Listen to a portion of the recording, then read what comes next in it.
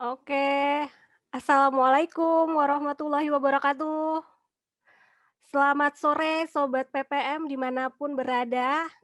Halo, salam kenal, apa kabarnya? Semoga dalam keadaan sehat ya. Boleh pakai reaction thumbs up-nya. Silahkan ada menu reaction di situ, boleh gunakan thumbs up-nya kalau kabarnya baik-baik saja. Semoga semuanya dalam keadaan sehat walafiat, masih berkumpul bersama keluarga ya, ataupun orang-orang terdekatnya.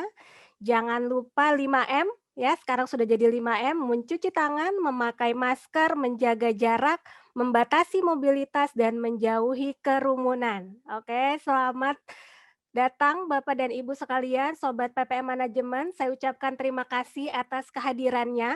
Selamat datang di acara Pojok Pintar Manajemen seri pertama, seri perdana kami di tahun 2021 ya, dengan sesi atau judulnya adalah Customer Empathy, Relate, Be Relevant, and Stay Relevant ya, di Rabu 20 Januari ini. Saya akan menemani Bapak Ibu sekalian sampai dengan pukul 18 sore nanti ya. Senang sekali jika Bapak Ibu adalah salah satu dari sobat setia PPM, bahkan menjadi anggota PPM community kami. Oke, baik Bapak Ibu sekalian, perkenalkan nama saya Cut Putri Rahmi. Saya biasa dipanggil Cut. Saya adalah salah satu core consultant dan trainer di PPM Manajemen, khususnya bidang keahlian Human Capital Management. Saya akan memandu sesi Pojok Pintar Manajemen seri 1 tahun 2021 sampai dengan pukul 6 sore nanti. Kita akan mendengarkan paparan, berbagi pengetahuan, tips dan trik, pengalaman dari kedua narasumber spesial yang sudah hadir di sore hari ini. Tak lupa saya ingin mengajak Bapak Ibu sekalian, sobat PPM ya, untuk kita bersama-sama mendoakan para korban bencana alam dan musibah yang terjadi khususnya di Indonesia, agar para korban diterima di sisinya serta keluarga yang ditinggalkan diberikan ketabahan dan kita semua segera pulih kembali ya. Mohon berkenan Bapak Ibu silahkan berdoa menurut agama dan kepercayaannya masing-masing. Berdoa dipersilahkan.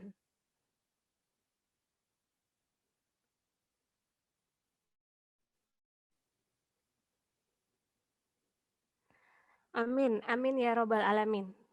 Baik, terima kasih Bapak Ibu Sobat PPM. Berikutnya saya akan memperkenalkan sekilas informasi tentang profil PPM Manajemen ya. Tagline dan cita-cita kami adalah menjadi solusi manajemen terintegrasi mitra menjejak dunia. Untuk mendukung hal tersebut, kami memberikan layanan jasa di bidang manajemen dalam 7 layanan berikut ini. Yang pertama ada PPM Program Pengembangan Eksekutif. Ini didukung oleh para trainer kami yang tersertifikasi, lalu ada PPM Assessment SDM, melayani secara profesional dan berintegritas, juga didukung rekrutmen seleksi berbasis daring. Lalu ada Sekolah Tinggi Manajemen PPM. Nah, lulusan yang tidak hanya dibekali hard skill tapi juga soft skill. Juga ada PPM Riset dan Konsultasi, tidak hanya memberikan solusi yang fit bagi organisasi tapi juga fasilitas transfer knowledge yang kami berikan selama berjalannya konsultansi. Juga ada program pembelajaran Inggria dengan desain dan metode pembelajaran yang customized, juga dilengkapi dengan trainer dan coach kami yang profesional. Juga ada PPM publikasi dan seminar dengan tema kekinian dan para pembicara profesional serta berpengalaman. PPM program pelatihan dan tersertifikasi ini merupakan wujud kontribusi dan dukungan kami dalam peningkatan kompetensi di bidang manajemen. Untuk informasi lebih lanjut dan jadwal-jadwal kegiatan PPM, silahkan Sobat PPM mampir ke website kami atau cukup googling PPM Manajemen, nanti akan tersambung dengan website resmi dari PPM Manajemen. Baik, berikutnya terkait dengan aturan atau tata tertib selama berlangsungnya Pojok Pintar Manajemen yang kami bagi dalam 3 sesi, ini mungkin tidak asing lagi ya bagi Sobat PPM yang sudah kesekian kalinya ikut serta di Pojok Pintar ya. Yang sesi pertama adalah pemaparan materi. Nah, di sini setiap pembicara akan kami berikan waktu 25 menit ya untuk berbagi pengetahuan, pengalaman secara bergantian. Nah, selama pemaparan Demi kelancaran teknis kegiatan hari ini kami mohon izin akan mute dan off cam Bapak Ibu sekalian, para sobat PPM ya, dan juga selama berlangsungnya acara ini diharapkan kita memunculkan prinsip positif dan kolaboratif. Selanjutnya kita akan ke sesi tanya jawab. Nah, akan saya buka nanti setelah pembicara kedua selesai. Saya akan mengatur berjalannya proses tanya jawab dengan pembagian satu sesi 3 pertanyaan ya Bapak Ibu.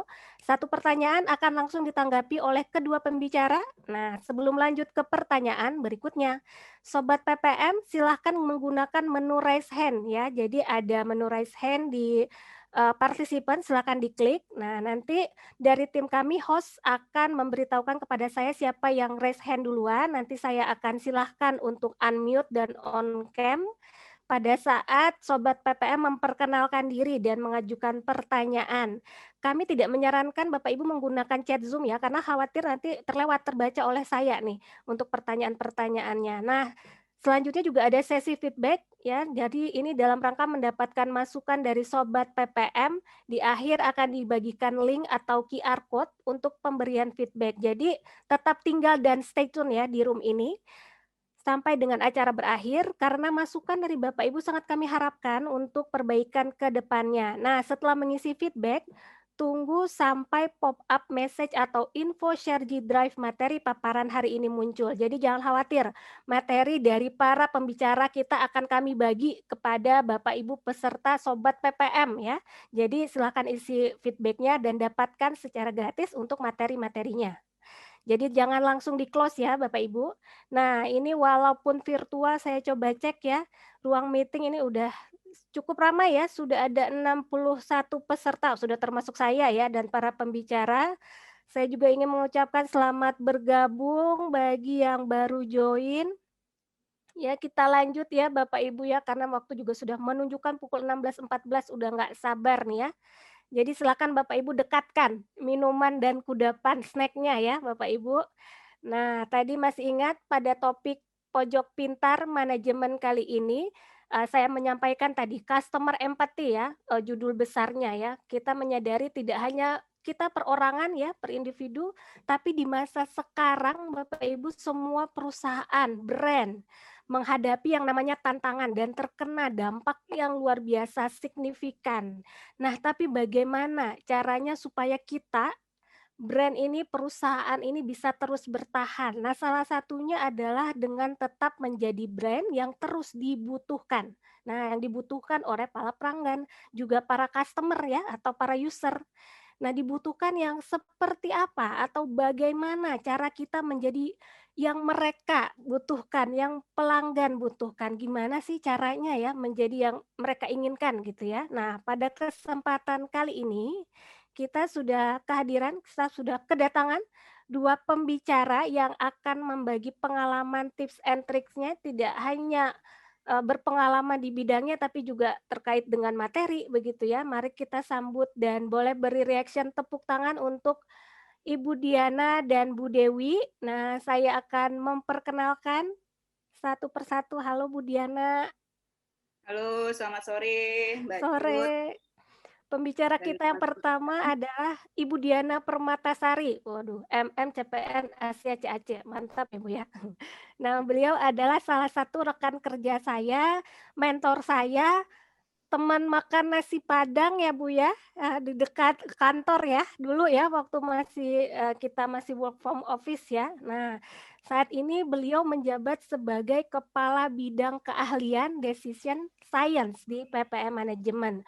Konsultan iya, trainer iya, pembicara iya, coach iya, mentor iya, juri juga ya Bu ya, virtual runner juga ya Bu ya. Nah, apa kabar Bu Diana? Alhamdulillah sehat-sehat saja Mbak Cut. Mudah-mudahan Mbak Cut juga sehat ya. Alhamdulillah, insya Allah semoga sehat selalu Ibu dan keluarga ya. Terima kasih sudah hadir Ibu Diana. Ya, sama-sama. Selanjutnya ada Ibu Dewi Fitrina. Halo Ibu Dewi, apakah sudah muncul wajahnya? Hai, wajahnya aku kenal. Halo. Halo Mbak Cut, apa kabar? Alhamdulillah, aku panggilnya Ibu Dewi boleh ya? Boleh, silakan. Ibu Dewi Fitrina SIKOM MBA ya. Beliau saat ini menjabat sebagai Head of Marketing di PT Kirana Makmur Nityasa ya. Ini salah satu brand lokalnya tadi sudah diicip-icip ya di depan ya. Produk kecantikan yang kekinian ya. Salah satunya Rabbit Habit ya. Ini merupakan katanya incaran para beauty lovers ya. Brand lokal, Mhm. salah satu brand lokal terbaik. Jadi gunakanlah produk-produk Indonesia ya. Selamat bergabung, Bu Dewi. Ini juga saya lihat pengalamannya tentu ya, saya juga pernah ketemu Ibu Dewi di PPM Manajemen dulu ya. Iya, saya 5 tahun, kurang lebih 5 tahun. Baik, sekarang kita undang terima kasih sudah bisa hadir menyempatkan waktunya. Apa kabarnya Ibu Dewi? Baik baik Mbak Cut, mudah-mudahan sehat ya. Amin, semoga Bu Dewi dan keluarga juga sehat selalu. Selamat Amin. datang sekali lagi saya ucapkan pada para pembicara super kita hari ini. Kalau begitu udah siap nih ya materinya, bukan materi ya, pengalaman mungkin ya, pengalaman tips and triknya ya. Dari Bu Diana kami berikan waktu 25 menit ya. Oke, baik Sudah Mbak Cut. siapkah Ibu? Sudah, saya izin sharing Baik, screen ya. Nanti tolong di reminder aja, karena kalau saya sudah ngomong biasanya saya suka lupa waktu, ya. Jadi tolong di siap reminder siap. aja Nanti kalau waktunya sudah, mendekati. baik, saya kedip ya Bu ya. Baik, selamat Silakan. sore, sobat PPM, assalamualaikum warahmatullahi wabarakatuh. Semoga semuanya dalam keadaan sehat dan bahagia ya. Nah itu yang paling penting karena katanya bahagia itu adalah salah satu imun booster ya. Nah baik, seperti yang disampaikan tadi oleh Mbak Cut ya, bahwa hari ini, sore ini, saya lebih, tepatnya sih ini sharing ya, sharing apa yang saya pahami, apa yang saya ketahui, terkait dengan customer empathy, kemudian kenapa itu bisa membuat, brand kita itu relate ya, dan, relevan ya di masa-masa pandemi seperti ini. Nah, nanti mungkin kalau dari sisi saya akan lebih banyak bicara tentang secara teori seperti apa, kemudian juga hasil-hasil riset ya terkait dengan customer empathy itu seperti apa. Nah, nanti Mbak Dewi gitu ya akan lebih banyak cerita sharing implementasinya tuh seperti apa kalau di perusahaan ya. Nah, ini kita samakan dulu persepsinya ya. Apa itu customer empathy? Jadi kalau kita dengar nama ada judulnya empati itu sudah pasti fokusnya itu adalah bagaimana kita memahami ya, bagaimana kita memahami orang lain, menempatkan diri kita pada kondisi mereka di sini. Nah, kalau dengan kata customer empati di sini adalah kita memahami customer kita. Jadi kalau kata customer ini bisa juga diganti dengan kata pengguna gitu ya, pengguna produk-produk kita ini dalam level yang lebih mendalam. Jadi bukan hanya sekedar kenal, kenal itu tahu aja bahwa oh iya pelanggan saya atau pengguna produk saya ini adalah laki-laki, perempuan, usianya sekitar 25 sampai 35 tahun ya. Status sosialnya menengah atas misalnya seperti itu ya. Bukan sekedar levelnya hanya tahu di siapa mereka saja. Tetapi ini sudah lebih mendalam, kita mencari tahu, kita memahami apa yang mereka alami, ya, mereka rasakan gitu ya. Kemudian kita juga memahami apa yang menjadi motivasi mereka pada saat mereka mengambil keputusan atau berperilaku tertentu gitu ya. Nah, di sini juga sampai levelnya itu kita berusaha berada pada kondisi mereka, ya, merasakan apa yang mereka rasakan, gitu ya. Sampai juga kita tahu apa sih kendala yang mereka hadapi, kesulitan-kesulitan apa yang mereka rasakan, gitu ya. Sampai sampai pada akhirnya di sini adalah kita kalau kita sudah paham gitu ya, kita tahu nih kalau mereka menghadapi suatu kesulitan, suatu kendala, kira-kira solusi apa yang bisa kita berikan untuk mereka menyelesaikan permasalahan tersebut. Nah, customer empathy levelnya sudah lebih mendalam lagi tadi ya, jadi bukan sekedar tahu dan memahami apa yang mereka rasakan, tetapi sampai dengan kita come up dengan solusi apa yang bisa kita berikan untuk permasalahan mereka, ya. Nah, sore ini kita diskusi terkait dengan customer empathy. Apa sih pentingnya gitu ya? Kalau dibilang apakah ini teori baru? Enggak, gitu ya. Ini adalah konsep yang sudah lama. Jadi mungkin konsep ini sudah mulai ada sekitar 15 tahun sampai 10 tahun yang lalu ya, sudah satu dekade gitu ya. Nah, tapi kenapa ini menjadi sesuatu yang relevan sekali gitu ya? Yang pertama itu adalah ditemukan ya dari hasil penelitian dalam beberapa tahun terakhir nih, sobat PPM ya. Jadi kalau kita lihat nih secara statistik inovasi ya, produk-produk inovasi, ini kalau saya ngomong produk, produk itu bukan hanya goods ya, bukan hanya berupa barang, tetapi juga layanan dan program ya, sobat PPM di sini. Jadi pada saat kita bicara inovasi, inovasi itu pada saat diluncurkan ternyata hanya sekitar 8 sampai 10% yang sukses di pasaran, ya. Nah, pada saat digali ulang, kenapa sih ada yang sukses dan 90 sekian persen itu tidak sukses? Ternyata yang menjadi determinan kesuksesan yang utama itu adalah pemahaman terhadap customer, ya, terhadap pengguna inovasi ini. Nah, ini customer empathy menjadi pondasi yang baik kalau kita mau eh, berinovasi dan inovasi itu sukses, gitu ya.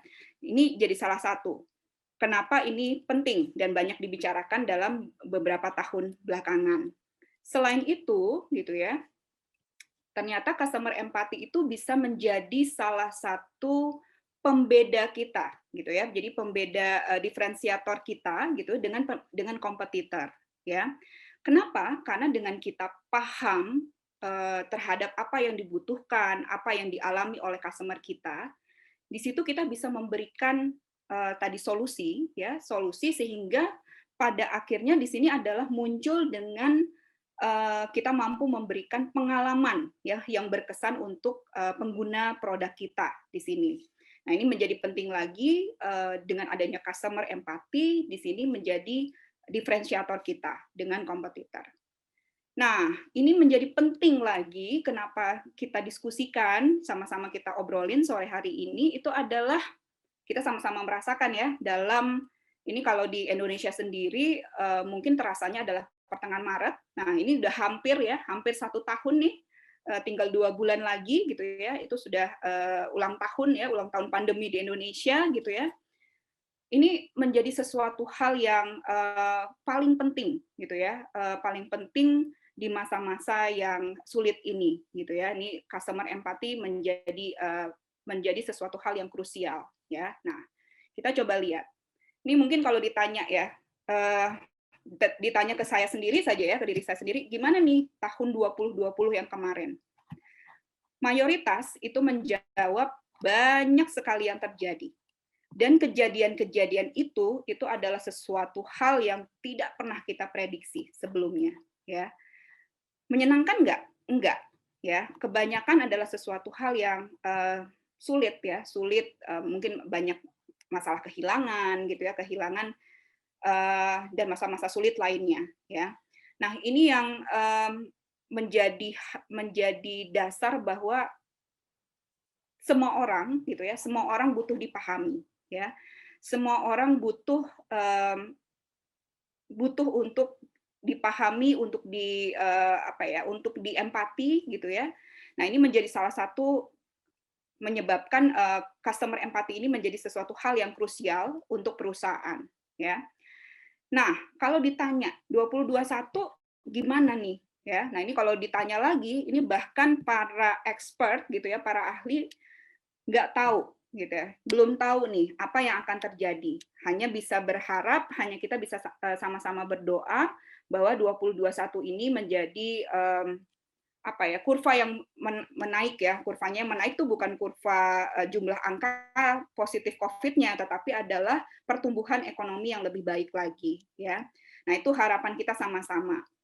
Nah, gimana caranya gitu ya? Itu yang nanti kita coba lihat kalau kita sebagai perusahaan ataupun sebagai organisasi, bagaimana caranya kita tetap bertahan gitu ya. Sementara kalau dilihat dari hasil penelitian ya, ini dari Forbes yang dilakukan di kuartal 3 2020 itu menyebutkan bahwa di masa-masa sulit seperti ini konsumen kita, pengguna produk kita ini juga apa ya, cranky, rewel gitu ya, rewel dengan kondisi karena tadi ya, faktornya adalah memang secara natural gitu ya, orang-orang kalau dalam masa sulit itu biasanya lebih ingin didengarkan, lebih ingin dipahami ya. Jadi memang mereka punya ekspektasi yang lebih tinggi lagi terhadap brand-brand yang biasanya mereka gunakan ya. Nah, tadi pertanyaannya adalah kalau 2021 ini belum menentu, belum tahu kayak apa gitu ya. Ini gimana nih caranya supaya ini kita bicara sebagai merek gitu ya, atau sebagai perusahaan, supaya kita ini tetap relevan dan tetap ada gitu ya, di tahun ini dan di tahun-tahun yang akan datang, ya. Nah, ini gimana caranya? Nah, ini dari hasil juga, penelitian yang saya temukan gitu ya. Jadi kalau perusahaan ingin, tetap ada, tetap relevan gitu ya, tetap diterima oleh, penggunanya gitu ya, ternyata ada 2 tuntutan ya, tuntutan dari si pengguna produk kita. Yang pertama adalah mereka mengharapkan kita itu menyediakan produk yang memang sesuai kebutuhan mereka, gitu ya. Dan kadang-kadang kebutuhan itu mereka belum sadari saat ini. Nah, itu mereka mengharapkan, kalau bahasa anak-anak gaul sekarang itu adalah, "Lu harusnya tahu dong, lebih tahu dari gue," gitu ya. Nah, ini yang mereka harapkan, pertama. Yang kedua, harapan dari, pengguna produk kita itu adalah, tolong dong tawarin value yang sebelumnya belum pernah ada, gitu ya. Nah, tetapi value itu harus ya, kalau kita nyoba, ya itu adalah sesuatu yang wow, gitu. Nah, ini yang mereka harapkan kedua. Jadi mereka mengharapkan kita create new value ya, yang mereka, apa ya, yang mereka belum pernah rasakan, tetapi kalau pada saat once mereka rasakan, itu mereka nggak bisa hidup tanpa itu, gitu ya. Nah, itu yang 2 harapan itu yang muncul ketika ditanyakan kepada, pengguna produk, ya. Nah, ini kan jadi pertanyaan, gimana ya caranya kita menghasilkan sesuatu gitu ya, baik itu produk ataupun, create new value di sini, yang seperti dua kriteria ini, gitu ya. Nah, ini baru bisa terjadi kalau kita relate, gitu ya. Kita relate dengan, si pengguna produk kita. Jadi mungkin Bapak Ibu nih, sobat PPM gitu ya, pernah nggak sih ngerasain ya dalam dalam beberapa tahun terakhir ini pas ketemu suatu, produk bilang, "Wah gila ini produk tercipta tercipta banget nih buat gue ya, sesuai banget dengan kebutuhan gue." Atau pada saat, baca konten marketing gitu ya, baik itu misalnya di IG ataupun di website gitu ya, atau pas lihat iklan gitu, "Ih, kok merek ini paham banget ya apa yang gue rasain, apa yang gue alami." Nah, ini yang menjadi jawaban gitu ya. Jadi memang pertama-tama adalah kita harus relate dulu nih ya. Kita harus punya koneksi yang bagus dengan si pengguna produk kita di sini. Nah, ini saya mau menjabarkan beberapa hasil riset ya, hasil riset dari beberapa lembaga riset ya yang menyebutkan kenapa customer empathy itu menjadi sesuatu hal yang penting. Jadi ada riset di sini, riset yang pertama, nih ada 2 data nanti saya sampaikan, itu menyebutkan bahwa 90%, ini worldwide ya, jadi risetnya ini adalah riset untuk, seluruh dunia, hanya memang saya, kurang kurang perlu kalau dijabarkan negara-negara mana mana saja, tetapi, banyak sekali ya, salah satunya ada Indonesia di sini, yang pasti ini adalah riset worldwide ya. Jadi menyebutkan bahwa 90% responden itu menginginkan brand ini di masa-masa seperti sekarang itu, kalau pada saat dia bilang bahwa, "Oh, kami ini adalah brand yang memiliki empati," itu nggak hanya ngomong by word-nya saja. Jadi tidak hanya ngomong, tetapi tunjukkan dong, gitu ya, by action-nya tuh seperti apa empati itu, gitu ya. Nah, 86% ini menyebutkan bahwa, menunjukkan empati itu adalah sesuatu hal yang sangat kritikal pada saat masa-masa seperti sekarang, untuk mampu membuat, pengguna produk ini loyal terhadap produk kita, terhadap merek kita di sini, ya. Ini adalah hasil riset dari Ipsos ya di kuartal 2 2020 gitu ya. Nah, ini ada lagi hasil riset ya yang dikeluarkan oleh Forbes di kuartal 3 2020. Ini menyebutkan nih, ini hasil temuan dari mereka. Jadi mereka menyebutkan bahwa brand-brand ya, ini merek-merek yang melakukan inovasi dan sangat agile menyesuaikan kondisi penggunanya gitu ya, dan mereka mampu membuat si pengguna ini berkesan gitu ya. Ini menunjukkan performa organisasi yang lebih baik daripada pemain di industri yang sama ya, terutama nih disebutkan di dalam masa-masa global pandemik ini. Nah, jadi kita bisa simpulkan ya, sobat PPM di sini bahwa customer empathy ini menjadi sesuatu hal yang krusial di masa-masa seperti sekarang. Ini terutama adalah untuk membantu kita mengikat gitu ya, mengengage dan mempertahankan pelanggan-pelanggan atau pengguna produk kita yang memang sudah setia menggunakan produk kita. Mungkin saat ini mereka tidak bisa menggunakan produk kita.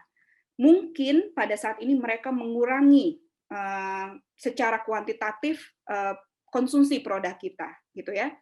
Tapi dengan adanya customer empathy ini, gitu ya, diharapkan adalah nantinya kita tetap diingat, gitu ya, dan pada saat kemampuan daya beli itu kembali, gitu ya, nah mereka akan menggunakan kembali merek kita, gitu ya, produk-produk dari kita. Nah ini yang harapannya. Jadi customer empathy itu ternyata secara penelitian itu memang mampu mengengage dan meretain customer loyal kita. Nah, challenge-nya tadi ya, bahwa ini adalah masa yang sulit, semua orang pengennya dipahami gitu ya. Nah, ini kalau bahasa lebaynya gitu ya, bahasa lebaynya adalah challenge-nya itu adalah kita sebagai perusahaan ataupun sebagai organisasi yang memiliki produk gitu ya, ini mampu memberikan pencerahan ya, pencerahan kepada pengguna kita sehingga mereka tuh lebih ceria gitu ya di masa-masa yang sulit ini, jadi nggak terlalu capek dengan berita-berita terkait dengan pandemi gitu ya. Nah ini bagaimana caranya kita menjadi secercah cahaya tadi gitu ya. Nah memang opportunity-nya sudah pasti akan ada peluang di sini. Bagaimana caranya ya ini kita memantapkan ya interaksi kita dengan pengguna itu dengan lebih manusiawi. Jadi lebih memanusiakan gitu ya, lebih memanusiakan pengguna kita nih. Sehingga nantinya mereka tuh memiliki pengalaman yang berkesan dengan kita. Nah, pertanyaannya adalah gimana caranya ya, gimana caranya relate nih dengan si pengguna kita. Langkah pertama yang harus dilakukan itu memang mau nggak mau kita bermain dengan data, dengan informasi. Jadi carilah insight ya, carilah customer insight ya yang di sini mampu membantu kita untuk membangun koneksi yang meaningful nih dengan si pengguna kita ya. Nah, ini rule-nya bahwa kita itu pada saat kita mau berempati gitu ya. Berempati itu jangan gunakan asumsi atau persepsi dari sudut mata kacamatanya kita nih. Kita benar-benar harus menggunakan kacamatanya si pengguna produk kita. Jadi mantranya itu adalah selalu you're not your user ya. Jadi kalau pada saat kita ingin mendapatkan insight ya benar-benar kita harus dapatkan dari sudut kacamatanya si pengguna produk kita. Gimana caranya ya? Jadi customer insight itu yang mau nggak mau kita masuk ke dalam dunianya mereka, dunianya si pengguna kita. Kalau sudah masuk, bukan hanya sekedar melihat seperti apa yang mereka alami gitu ya, pengalaman apa yang mereka lalui, tetapi di sini juga kita sudah mulai mencari tahu, mencoba memahami dan mencoba merasakan apa yang mereka alami dan mereka rasakan. Caranya gimana? Caranya ya salah satunya adalah pakai observasi gitu ya, pakai in-depth interview ya. Nah, ini beberapa cara yang bisa kita gunakan gitu ya. Nah, ada beberapa alat bantu pada saat kita melakukan customer insight gitu ya. Ini ada beberapa alat bantunya ya, Bapak Ibu, Sobat PPM nanti bisa menggunakan ada namanya Customer Empathy Map ya. Ada juga namanya Customer Journey Mapping. Jadi kalau di dalam customer empathy map nantinya Bapak Ibu sampai memetakan apa sih yang dia rasakan, apa yang dia lakukan sehari-hari gitu ya, apa yang dia pikirkan ya, kemudian apa yang dia katakan terkait dengan permasalahan yang dia hadapi gitu ya, atau kesulitan yang mereka hadapi. Nah, di dalam customer journey mapping di sini nanti Bapak dan Ibu gitu ya, itu memetakan nih kalau pada saat mereka mau menggunakan produk kita, itu mereka mengalami pengalaman atau merasakan pengalaman apa saja nih. Jadi dibuatkan petanya ya. Nah, part dari customer journey mapping ada namanya experience mapping. Ini lebih dalam lagi. Jadi dalam setiap fase itu benar-benar kita petakan mulai dari apa yang mereka lalui gitu ya, apa yang mereka hambatan apa yang mereka rasakan gitu ya. Nah, ini bagian dari customer journey mapping adalah experience mapping gitu ya. Nah, yang terakhir kalau 3 yang tadi kita sebutkan itu adalah dari kita melihat kacamatanya si pengguna produk kita. Nah, di service blueprint ini adalah tools yang membantu kita mencoba memetakan kalau pengguna kita melalui atau mengalami fase apa saja. Nah, di kita, di internal kita ini siapa yang berhadapan, siapa yang berinteraksi dengan mereka, ya. Kemudian sistem-sistem apa yang terlibat. Nah, ini dipetakan dalam service blueprint. Nah, 4 tools ini adalah alat bantu nih, Bapak dan Ibu pada saat kita memetakan hasil dari customer insight, ya. Nah, hasilnya itu adalah kita harusnya dapat memetakan apa sih pain-nya mereka ya. Jadi apa sih yang kesulitan-kesulitan apa yang dihadapi oleh pengguna kita. Kemudian mereka butuh bantuan apa dari kita, harapannya apa gitu ya. Nah, nantinya baru kita bisa memunculkan come up dengan entah itu produk ataupun dengan konten komunikasi ya. Nah, ini yang menjadi alat bantu. Nah, kalau kita sudah dapat customer insight hingga akhirnya kesimpulan terkait dengan pain dan gain dari si pengguna produk kita, ya, langkah keduanya adalah kita mengkomunikasikan bahwa kita paham loh, kita paham dengan apa yang kamu butuhkan, dengan apa yang kamu rasakan, gitu ya. Jadi di sini komunikasikan, ya. Nah, komunikasikan di sini adalah tentu saja pada mulai masuk ke dalam strategi, mulai masuk ke dalam program gitu ya. Nah, ini fokusnya sudah masuk ke dalam customer experience. Apa yang dialami, yang akan kita ciptakan untuk si customer kita, ya, pengguna kita. Nah, di sini sudah muncul dengan inovasi atau kalau Bapak dan Ibu sekarang dalam kondisi sulit kita tidak bisa misalnya di hold dulu deh untuk beberapa inovasi gitu ya. Nah, kita muncul dengan konten-konten komunikasi ya. Nah, ini yang bisa kita lakukan ya, communicate pemahaman yang kita dapatkan dari customer insight tadi ya.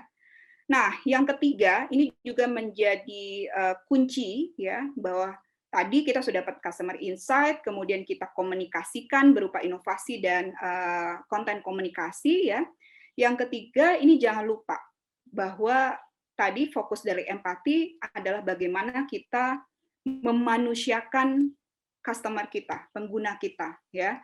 Nah, ini yang seringkali dilupakan oleh kita. Jadi kadang-kadang ya, nah padahal di sini adalah konsumen gitu ya, berdasarkan hasil riset ini menyebutkan bahwa mereka itu akan engage ya kepada perusahaan-perusahaan yang memang bisa merepresentasikan kebaikan dan kepedulian ya di sini. Nah, Halo Bu Diana, mohon maaf memotong, waktunya sisa 5 menit lagi? oke, pas Baik, kok, tinggal 2 menit lagi ya. terima Tinggal 2 kasih. slide lagi. Oke, Ya, nah di sini yang menjadi penting pada saat kita memanusiakan pengguna kita itu adalah jangan hanya melihat customer kita tuh sebagai target pemasaran gitu ya, bukan sekedar angka, bukan sekedar rupiah gitu ya.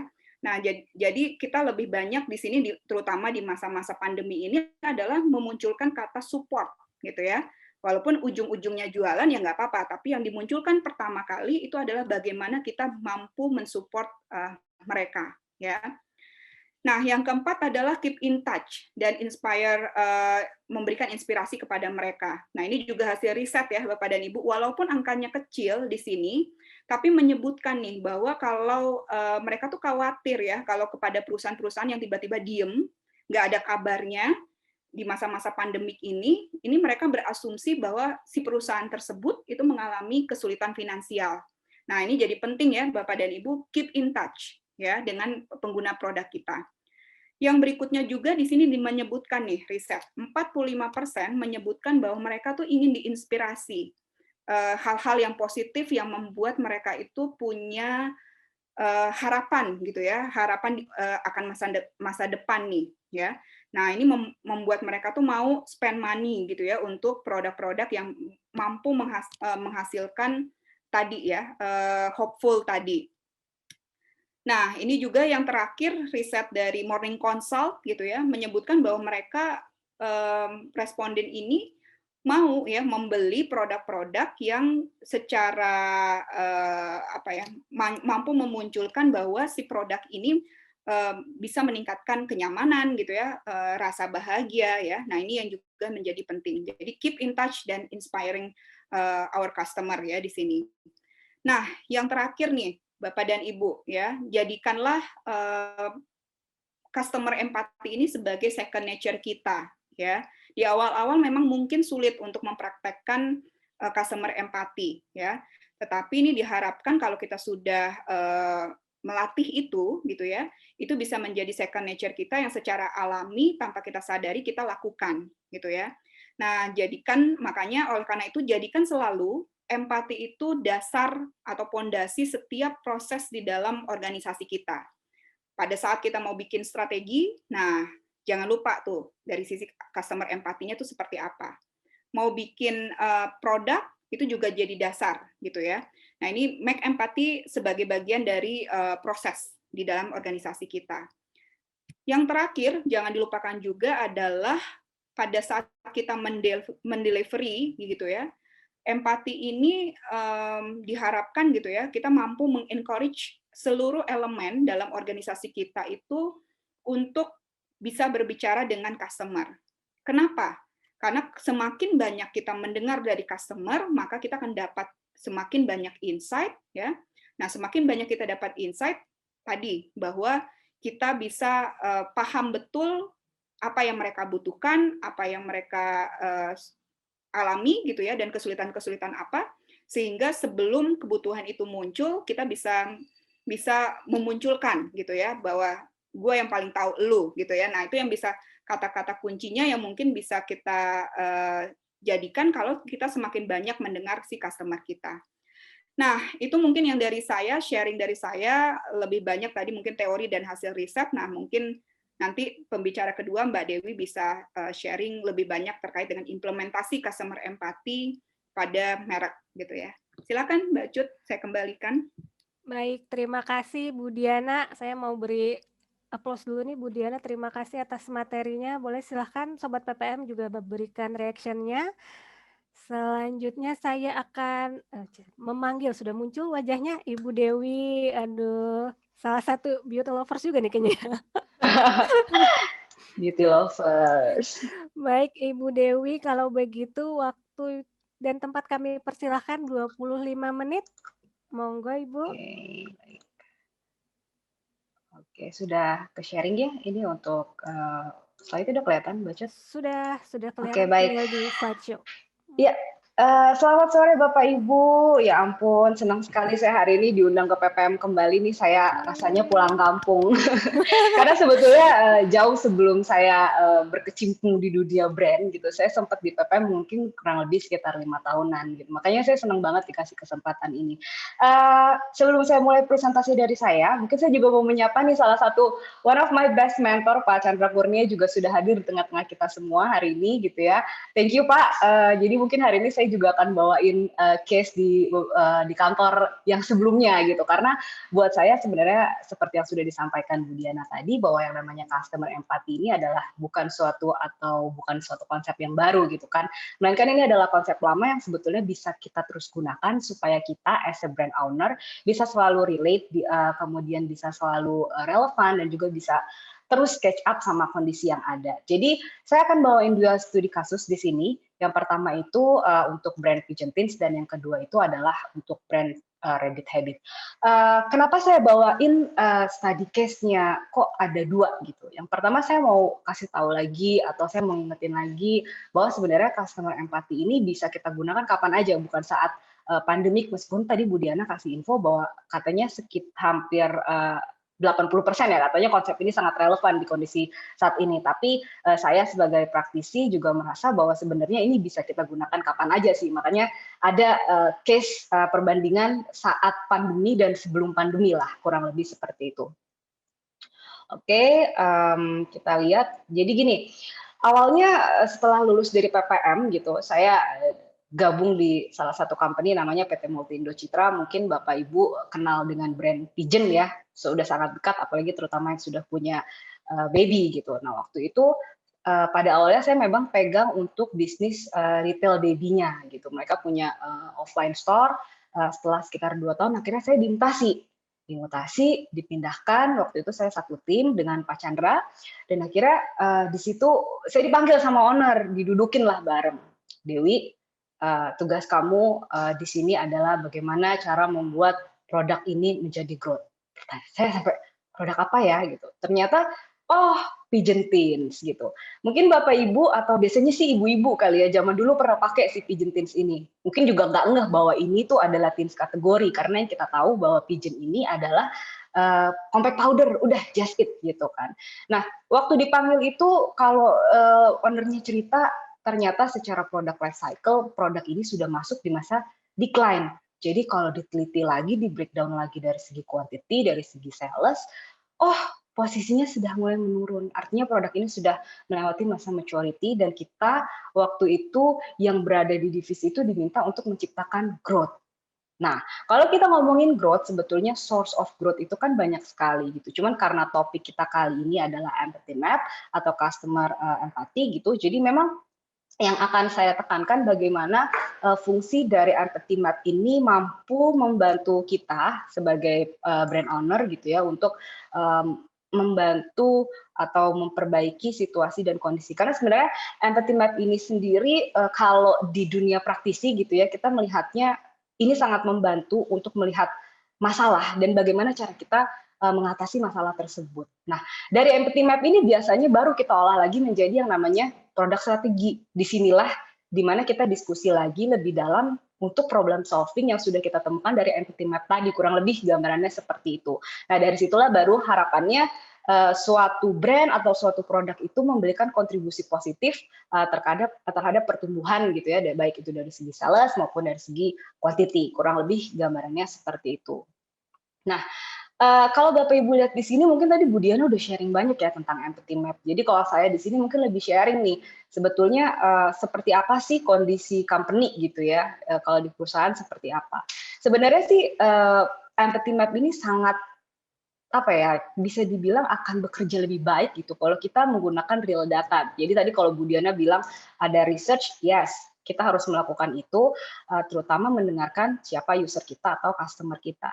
Tetapi kalau di perusahaan ya Bu Diana punten gitu, kadang-kala kita juga menggunakan stakeholders atau brand owner sendiri tetap atau desainer dari sebuah produk itu biasanya itu part of dari product development itu juga tetap memiliki peranan penting nih bahwa mereka juga sebagai orang yang paham juga terhadap produk. Jadi biasanya kita akan kita bilangnya dikombinasikan lah antara user dan juga stakeholders supaya memang bisa menciptakan sesuatu yang baru tadi gitu. Jadi kalau Bu Diana bilang bahwa mereka inginnya bisa jadi keinginannya mereka tuh nggak keucap sekarang, tapi taunya nanti gitu. Ya itu yang atau kadang-kadang si desainer dari produk ini justru yang kadang-kadang mereka punya visionary atau vision yang bisa menciptakan suatu kebutuhan yang saat ini belum dirasakan oleh para customer kita gitu. Makanya kalau kita pasti selalu menggabungkan antara user dan juga stakeholders dari brand itu sendiri seperti apa. Nah ini Bapak Ibu bisa dilihat sebelah kiri ada empathy map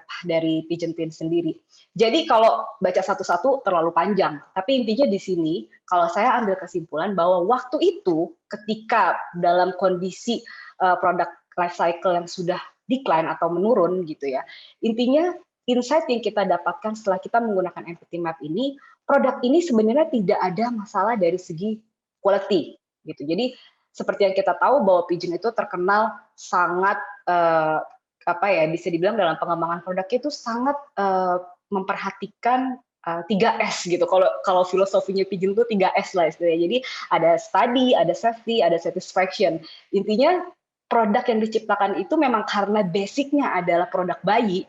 Jadi produk-produknya itu harus benar-benar di-study-in, di-research, terutama dari segi safety-nya atau keamanannya supaya nanti harapannya bisa satisfaction. Makanya untuk meluncurkan sebuah produk baru, Pigeon itu memiliki standar paling cepat banget itu sekitar 2 tahun. Nah, jadi makanya secara quality ini nggak ada komplain sebetulnya. Tetapi kenapa sih produk ini turun? Ya mungkin karena memang sudah harus lakukan inovasi. Begitu digali lagi, ternyata yang muncul di belakangnya itu adalah brand ini kok jadi terkesan lama dalam artian jadul dalam artian kok kesannya klinikal ya gitu, kurang memiliki emosional atau kurang memberikan emosional inilah touch sama customer-nya, kurang lebih kayak gitu. Jadi sebenarnya yang kita dapatkan di sini adalah para customer ini atau user kita itu mereka tuh sebenarnya pengen produk ini tuh bisa bikin mereka cantik natural,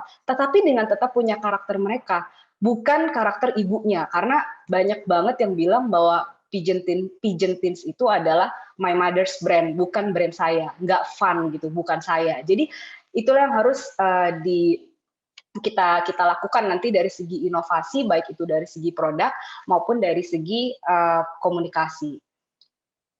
Oke, ini kalau Bapak Ibu lihat setelah kita bikin empathy map, ini yang kita turunkan lagi sih. Nah, kita turunkan lagi di sini. Saya tidak akan bahas semua gitu, karena kalau saya bahas semua bisa nggak selesai, bisa sampai besok pagi kayaknya. Tapi yang akan saya bahas di sini, kalau Bapak Ibu lihat adalah yang saya kotakin merah gitu, di mana dari hasil empathy map tadi diturunkan menjadi objektif marketing. Jadi Pigeon Teens ini kita harus reaktif lagi atau kepanjangan dari reborn action to have. Jadi harapannya dilahirkan kembali si brand ini dan membuat para usersnya itu atau di luar user atau untuk mengakuisisi customer baru supaya memiliki keinginan untuk membeli produk ini. Nah, yang pertama dituruninlah ke inovasi produk tadi. Inovasi produknya lewat apa sih gitu? Padahal kan tadi nggak ada komplain. Yes, we can do it renewal packaging kalau memang secara quality of product tidak ada komplain gitu. Packagingnya kita buat lebih menarik, lebih kekinian, lebih touch dengan para customer kita. Kemudian yang kedua adalah new product development karena seperti tadi mungkin kalau di slide di depan memang ada slide yang bilang bahwa apa sih yang mereka lakukan gitu kan. Di situ mereka juga melakukan basic makeup itu biasanya moisturizer, facial wash, cuci muka dulu, facial wash, moisturizer, baru biasanya pakai lip tint anak remaja zaman sekarang. Kalau zaman muda kita dulu sih kayaknya enggak ya, cuma zaman sekarang udah mulai pakai lip tint. Jadi itu artinya apa? Bahwa kita harus siap nih dengan produk-produk yang tidak berhenti hanya di situ saja.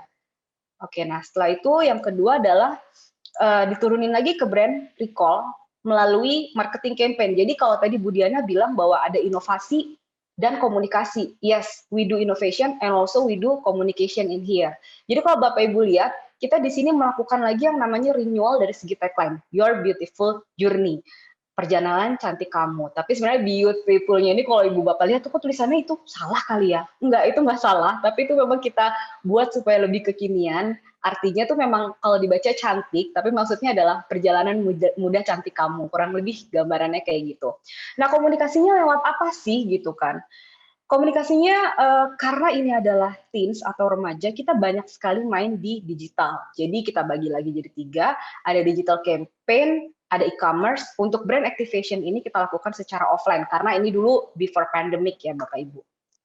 Oke, kalau kita lihat lagi, nah ini Bapak Ibu bisa lihat, yang di atas itu adalah packaging lama, yang di bawah packaging baru. Bedanya apa? Kelihatan jelas ya, ada bonekanya, lebih lucu gitu ya, lebih remaja. Terus kalau Bapak Ibu lihat lagi, teens-nya itu di sini kita lebih pertegas lagi bahwa Pigeon itu nggak cuma punya baby loh, Pigeon itu punya kategori teens loh gitu. Nah, jadi kalau Bapak Ibu dan lihat, kalau di atas Pigeon-nya di atas, teens-nya di bawah, kalau ini udah kita pertegas lagi supaya secara struktur brand-nya itu lebih kelihatan jelas.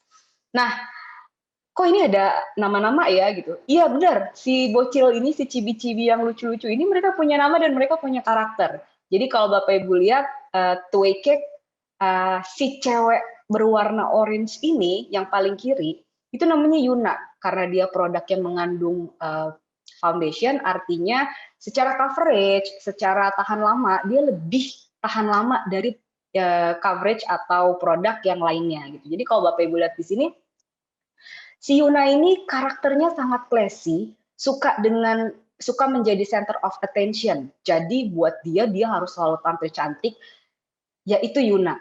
Yaitu kita turunin lagi kita lihat lagi, oh iya, si Yuna ini memang produknya sering dipakai untuk kondisi party, kondisi seseorang menjadi center of attention gitu. Jadi kita turunkan karakter produk ke dalam karakter remaja gitu. Kemudian yang kedua, kalau Bapak Ibu lihat hypoallergenic compact powder, itu yang warna biru. Hi, my name is Aiko. I am an energetic person, so I love to do outdoor activity. Well, for me, adventure is very fun. Artinya di sini kita menggambarkan Aiko ini seorang anak yang sangat tomboy, energik, dan suka outdoor activity. Kenapa?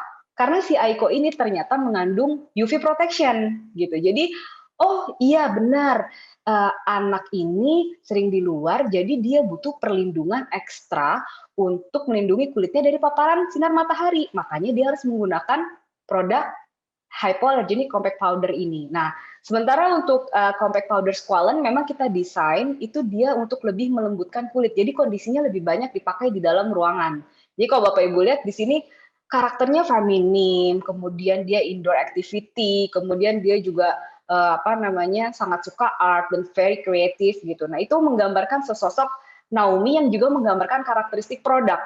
Nah, yang terakhir ada face powder, itu adalah semacam loose powder atau bedak tabur gitu ya. Kita kasih nama dia Haru, ini anaknya cheerful, friendly, cute gitu kan. Karena kalau kita tahu face powder itu fungsinya banyak banget. Selain bisa buat setting up makeup, bisa jadi dry shampoo, bisa bikin hacks untuk beauty supaya lipstick kita atau lip cream kita lebih tahan lama gitu. Makanya kita mengasosiasikan dia sebagai anak yang sangat friendly, sebagai anak yang memang bisa masuk kemana aja gitu. Nah, makanya keempat produk ini yang sudah kita lakukan renewal atau repackaging lagi, itu menggambarkan karakteristik remaja, supaya mereka merasa lebih dekat dengan brand ini, tidak merasa bahwa Pigeon Teens ini adalah brand mamanya gitu. Kebayangnya kurang lebih seperti itu. Nah, ini digital campaign yang kita lakukan. Jadi, apa sih yang kita lakukan untuk mengkomunikasikan 4 karakter tadi? Karena kalau kita nggak cerita, kalau kita nggak punya storytelling yang bagus, percuma juga gitu konsep bagus. Karena mereka nggak akan nyampe nih message-nya. Makanya kita tahap awal kita bikin dulu nih. Kita kerjasama sama si Belang, salah satu komik lah ya di digital di Instagram gitu. Jadi kita jelasin, kita ceritain nih bahwa secara nggak langsung ini loh, Aiko itu atau hypoallergenic itu mengandung UV protection gitu. Jadi kalau Bapak Ibu lihat sebelah paling kiri itu tembakan sinar UV, terus Aiko-nya nggak kena gitu kan. Loh kok nggak kena? Iya, karena udah pakai compact powder hypoallergenic gitu. Ini kan mengandung UV protection. Ini adalah cara-cara kita supaya produk kita lebih dipahami gitu. Kurang lebih seperti itu. Sama yang nomor 2 itu juga tentang waktu itu lagi keluar Avengers ya, jadi memang kita keluarin edisinya Avengers nih. Jadi ceritanya si Yuna berantem sama Thanos nih gitu. Jadi gini loh, sebenarnya bisa bikin cantik loh si facial foam ini, kebayangnya tuh kayak gitu. Tapi sebenarnya ini agak lebay sih. Cuman ya that's the way how to communicate with our target audience gitu. Jadi gimana yang paling penting mereka terima message kita, kurang lebih kayak gitu. Nah, setelah bikin campaign komik, kita juga nurunin lagi nih komunikasi si cibi-cibi itu ke dalam web series. Ini adalah web series yang kita keluarin sekitar 5 episode gitu ya, ceritanya tentang seorang anak yang ingin bertransformasi menjadi better person, better version dari dirinya. Jadi dibantulah sama 4 sahabatnya. 4 sahabatnya ini siapa sih? ya si Aiko, Yuna, Haru, sama Naomi gitu. Bagaimana si Bianca ini melewati masa pubernya gitu kan, melewati kisah cintanya, melewati segala hal yang kayaknya tuh di era remaja harus butuh best friend yang bisa meyakinkan dia supaya menjadi orang yang lebih baik. Nah, kita educate mereka lewat web series, dan ini waktu itu di luar prediksi karena dalam waktu 1 bulan kita bisa menghasilkan sekitar 69.000 subscriber dengan engagementnya di angka 0,07%, which is itu bisa dibilang cukup besar gitu. Nah, nggak berhenti di sini nih. Setelah kita bikin web series ini, kita turunin lagi ke dalam sebuah paket merchandise, limited merchandise yang memang ada apa ya, ada kayak semacam kasetnya, CD-nya, kemudian ada tasnya dan lain-lain untuk kita turunkan lagi sebagai campaign di e-commerce-nya, di e-commerce channel kita. Gitu. Nah, ini adalah another digital campaign yang kita lakukan. Jadi kalau zaman sekarang orang takut sama kompetitor dan lain-lain, udah nggak zaman gitu. Jadi waktu itu yang menjadi tujuan adalah brand ini harus hidup lagi, sehingga kita harus touch in dengan brand-brand yang juga memiliki target audience yang sama kita. Makanya kita nggak ragu untuk collab dengan atau kolaborasi dengan Ruang Guru, Fruity, The Little Thing She Needs, yang memang ya we have the same target audience, so why not? Bahkan kita kerjasama sama kompetitor kita sendiri. Siapa? Itu Silky Girl. Gitu. Jadi kalau Bapak Ibu tahu Silky Girl, mereka juga make up ya Bapak Ibu. Ih, kok mau sih kerjasama sama kompetitornya gitu? Ya, itulah cara kita nih. Udah maksudnya brand sekarang udah mulai harus semakin semakin pinter gitu untuk meraih opportunity yang baru. Jadi waktu itu dengan Silky Girl kita bahkan bikin bundling sampai ke paket jualan gitu. Tapi memang produk yang kita setting adalah produk-produk yang tidak saling bertentangan satu sama lain gitu. Waktunya udah tinggal sedikit lagi ya, Mbak Cut. Siap. Oke, ini cuma sekilas saja. Nanti Bapak Ibu akan dapat slide-nya, activation gitu ya. Ini lebih ke activity yang kita lakukan. Nah, ini untuk study case yang kedua gitu ya, after pandemic. Sebenarnya ini juga nggak terlalu banyak saya sajiin, karena memang ini adalah data COVID aja, sebagai overview bahwa memang ini udah jadi benar-benar secara makroekonomi kita down banget. Nah, di sini sebetulnya saya mau kasih lihat Bapak dan Ibu. Waktu saya pindah ke Rabbit Habit itu, kondisinya udah pandemik Bapak Ibu. Jadi di sini kelihatan bahwa paling kanan bisa dilihat decrease consumption during a pandemic itu yang pertama adalah fashion and accessories, yang kedua adalah makeup product, which is itu adalah produk yang saat ini sedang, atau produk atau brand yang saat ini sedang saya handle gitu. Terus harus gimana gitu, harus pasrah? Ya enggak juga sih, jangan pasrah. Nah, nanti Bapak Ibu bisa lihat, tapi intinya gini, dari sini yang bisa kita dapat, kalau tadi kasusnya, case-nya Pigeon Teens, kita lakukan inovasi dari segi produk dan juga komunikasi. Nah, kalau di sini karena saya ada keterbatasan untuk tidak bisa melakukan inovasi produk, maka yang kita lakukan adalah melakukan inovasi secara komunikasi. Apa yang kita lakukan gitu? Semua going to be online saat ini gitu ya, kalau Bapak Ibu udah lihat. Jadi memang online platforms yang jadi inilah duka laranya para perempuan untuk cari produk beauty saat ini. Nah, intinya kalau data-data di sini menunjukkan baik itu FIS, kemudian usia, kemudian area yang sedang Rabbit Habit sasar menjadi audiensnya, itu promotional advertising on social media itu sangat powerful gitu. Makanya dari data-data ini sebenarnya Bapak Ibu nanti bisa baca slide-nya karena nanti akan dapat. Intinya adalah tadi kita akan going to online. Nah, ini adalah insight juga bahwa memang yang dilihat adalah saat ini skincare, bukan makeup produk, tapi produk ini memang mengandung skincare ingredients. Artinya memang hybrid lah si Rabbit Habit ini. Jadi selain bisa bikin cantik, mereka juga mengandung skincare ingredients.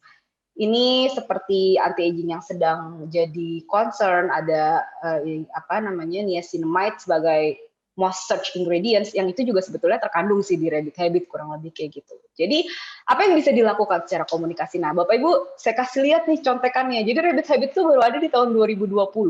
Yang bisa kita lakukan memang tadinya mau bikin acara offline, mau ikut beauty fair dan lain-lain. Cuman karena pandemi akhirnya di-switch yang kita bisa lakukan. Jadi kita kayak tetap melakukan edukasi lewat makro, mikro, influencer, tetap melakukan media buying gitu. Tapi yang paling ngehits sekarang itu adalah ternyata yang paling impactful, percaya nggak percaya, IG Live yang bisa convert ke sales.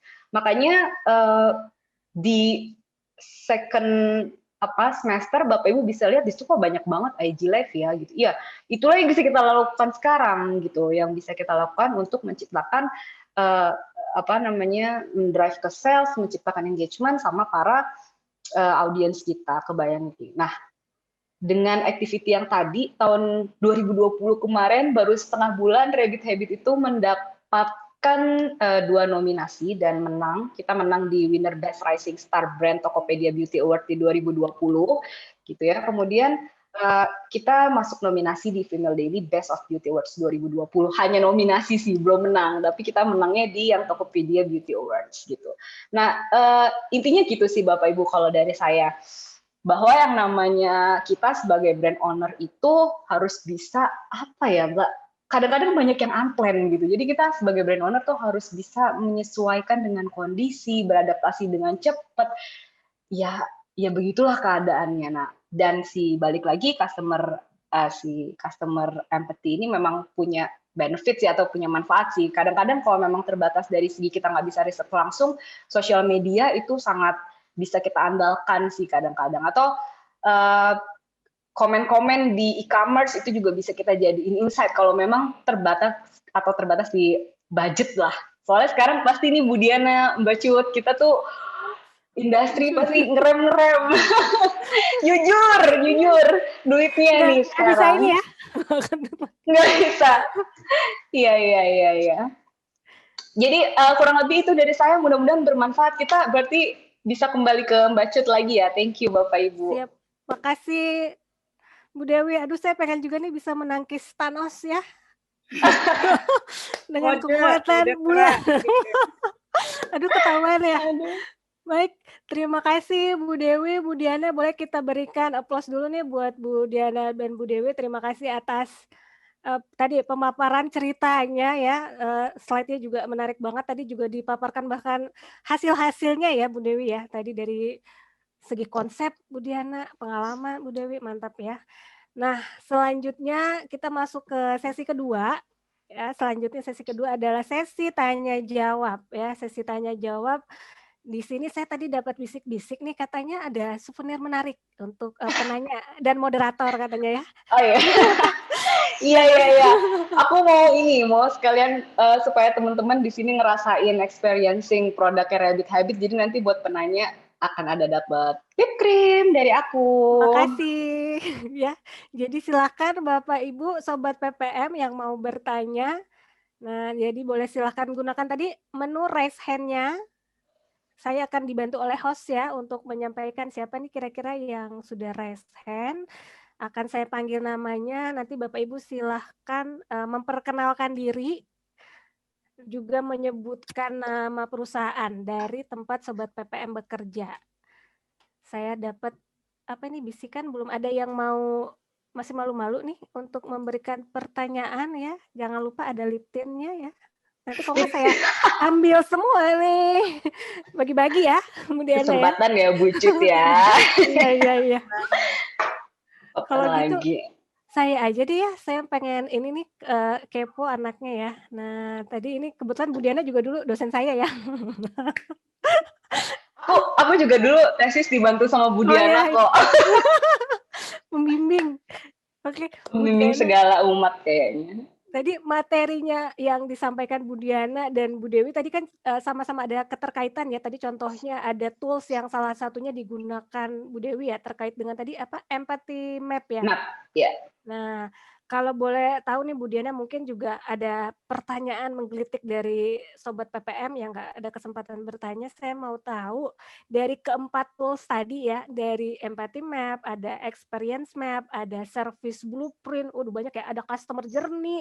Nah, dari keempat ini apakah memang kita harus melakukan keempat-empatnya atau ada batasnya mungkin biar lebih valid gitu ya? Nah, itu seperti apa Bu Diana? Oke, jadi tadi ada 4 tools ya. 4 tools itu Empathy Map, Customer Journey Mapping, kemudian experience map gitu ya, dan service blueprint. Nah, sebenarnya itu 4 tools ini adalah 4 tools yang saling mendukung gitu ya. Seperti yang tadi saya sampaikan, kalau mau lebih detail lagi, jadi pertama-tama yang dasar itu adalah kita buat dulu empathy map ya. Kalau kita sudah punya empathy map, sebenarnya itu sudah aman gitu ya. Nah, tapi kalau kita mau lebih detail lagi nih, itu kita bisa mulai memetakan pengalaman yang dirasakan oleh si pengguna kita. Makanya kita bisa buat customer journey mapping. Jadi itu benar-benar dipetakan end to end tuh, dari mulai munculnya kebutuhan atau permasalahan sampai akhirnya mereka menggunakan. Mau lebih detail lagi, itu ada namanya experience map gitu ya. Mau lebih detail lagi gitu ya, kita mau lihat bukan hanya sudut kacamatanya si pengguna, tapi juga mau melihat bagaimana nanti itu berdampak kepada internal kita, ya kita gunakan ada namanya service blueprint. Nah, jadi empat tools itu adalah yang saling mendukung gitu ya. Tapi kalau sebenarnya dengan empathy map itu sudah cukup gitu ya, tetapi tadi yang seperti saya sampaikan, kalau mau lebih detail dan mau lebih precise lagi ya gunakan sampai 4-4-nya. Dan itu kalau kita sudah terbiasa sebenarnya adalah mudah ya. Ini kelihatannya aja kok wah canggih banget, kok susah banget. Padahal kalau sudah terbiasa tuh bisa dengan cepat ya pada saat kita sharing dengan tim tuh. Seperti itu Mbak Cut. Baik, makasih Bu Diana. Jadi minimal tadi empathy map-nya ya, tadi juga kita sudah saksikan bersama. Terima kasih sudah di-share juga nih Bu Dewi, tadi empathy map-nya. Nah, menurut Bu Dewi sendiri seperti apa nih tadi untuk mengetahui pain and gain-nya dari para customer ya, dengan menggunakan empathy map ini, pengalamannya ataupun bisa diceritakan bisa mendapatkan hasil yang diharapkan mungkin, atau tantangannya pada saat melakukan empathy map seperti apa nih Bu Dewi? Yang pasti kalau tantangan yang pertama memang budget dulu. Maksudnya kadang-kadang kita kalau lagi inovasi dan lain-lain, betul ya, gitu kan, company tuh kadang-kadang riset itu gimana ya, penting nggak penting gitu. Penting, tapi kadang-kadang ngeluarin duitnya itu rada susah gitu. Itu sebenarnya tantangannya bagaimana kita meyakinkan yang punya uang gitu ya, untuk yakin nih bahwa memang ini adalah tools atau cara kita yang tepat lah untuk melihat apa sih yang dibutuhin customer, kurang lebih kayak gitu Bu Cut. Cuman selain itu juga sebetulnya kadang-kadang kita sebagai brand owner itu kan sudah punya pandangan terhadap brand kita sendiri. Once ada yang kayaknya nggak berkenan di hati gitu, itu juga kita harus terima legowo tuh Bu Cut gitu. Jadi kayak kita bilang bahwa kita ngerasa fine-fine aja, produk yang klinikal itu fine-fine aja gitu, dengan tampilan yang putih, yang bersih gitu kan, yang memang sangat terlihat safety gitu. Tapi ternyata itu nggak masuk di customer remaja saat ini gitu. Jadi kita harus bisa legowo nih nerima itu dan untuk melakukan perubahan. Nah, untuk melakukan perubahan kita butuh duit lagi, Bu Cut, Bu Diana. Ada kecoleknya ya. Jadi kalau ditanya tantangannya di mana, itu bagaimana mampu meyakinkan para stakeholders setelah kita udah dapat apa yang kita ketahui untuk kita implementasikan dan inovasikan berikut dikomunikasikan ke customer. Gitu kurang lebih sih. Baik Bu Dewi, jadi intinya yang kita pegang tuh si yang ngasih duitnya dulu ya. Betul. Diyakinkan ya. Baru bisa mulus jalannya.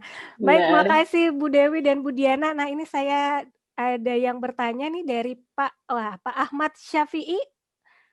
Boleh dibantu untuk on cam dan unmute-nya. Pak Ahmad bisa bergabung dengan kami? Oke, sudah ada. Silakan Bapak memperkenalkan diri dan nama perusahaannya. Saya Ahmad Syafi'i dari Bogor. Saya dari lembaga pendidikan ya, dari SMA Quantum Inti Indonesia. Oke, monggo Pak. Ya, terima kasih. Jadi menarik sekali ya, betul tadi Bu Diana menyampaikan bahwa sebetulnya customer empathy ini memang konsep lama ya Bu ya. Dulu kita mengenal customer driven dan sebagainya. Jadi memang itu mungkin perkembangan atau turunannya dari situ ya Bu ya. Nah, ada 2 pertanyaan Bu. Ini mungkin boleh Bu Diana dan juga nanti Bu Dewi dari praktisi untuk menanggapi. Yang pertama adalah kira-kira level empathy itu yang harus kita penuhi itu sejauh mana ya Bu ya.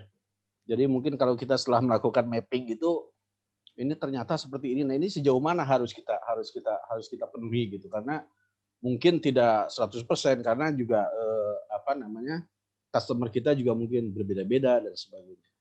Nah, pertanyaan lanjutannya adalah apabila kita sebagai katakanlah penyedia jasa ya, kalau saya dari lembaga pendidikan itu, ternyata setelah melakukan empathy mapping itu kok berat kayaknya, karena kita pun sama kan, kita pun sebetulnya dalam posisi yang terdampak juga oleh pandemi ini. Ini saya dalam konteks pandemi sekarang Bu ya, bahwa ternyata di satu sisi betul si customer itu ingin tetap nyaman dan sebagainya, tetapi kita sebagai penyedia jasa juga sama mengalami dampak dari pandemi ini, sehingga kita berkesimpulan ini sulit kelihatannya kita memenuhi keinginan daripada si customer itu. Lalu apa yang kita lakukan? Apakah kita harus leave, harus tinggalkan customer, pindah target dan sebagainya, atau seperti apa? Saya kira 2 pertanyaan itu aja. Terima kasih. Baik, terima kasih Pak Ahmad Syafi'i. Ya. Saya akan berikan untuk Bu Diana terlebih dahulu.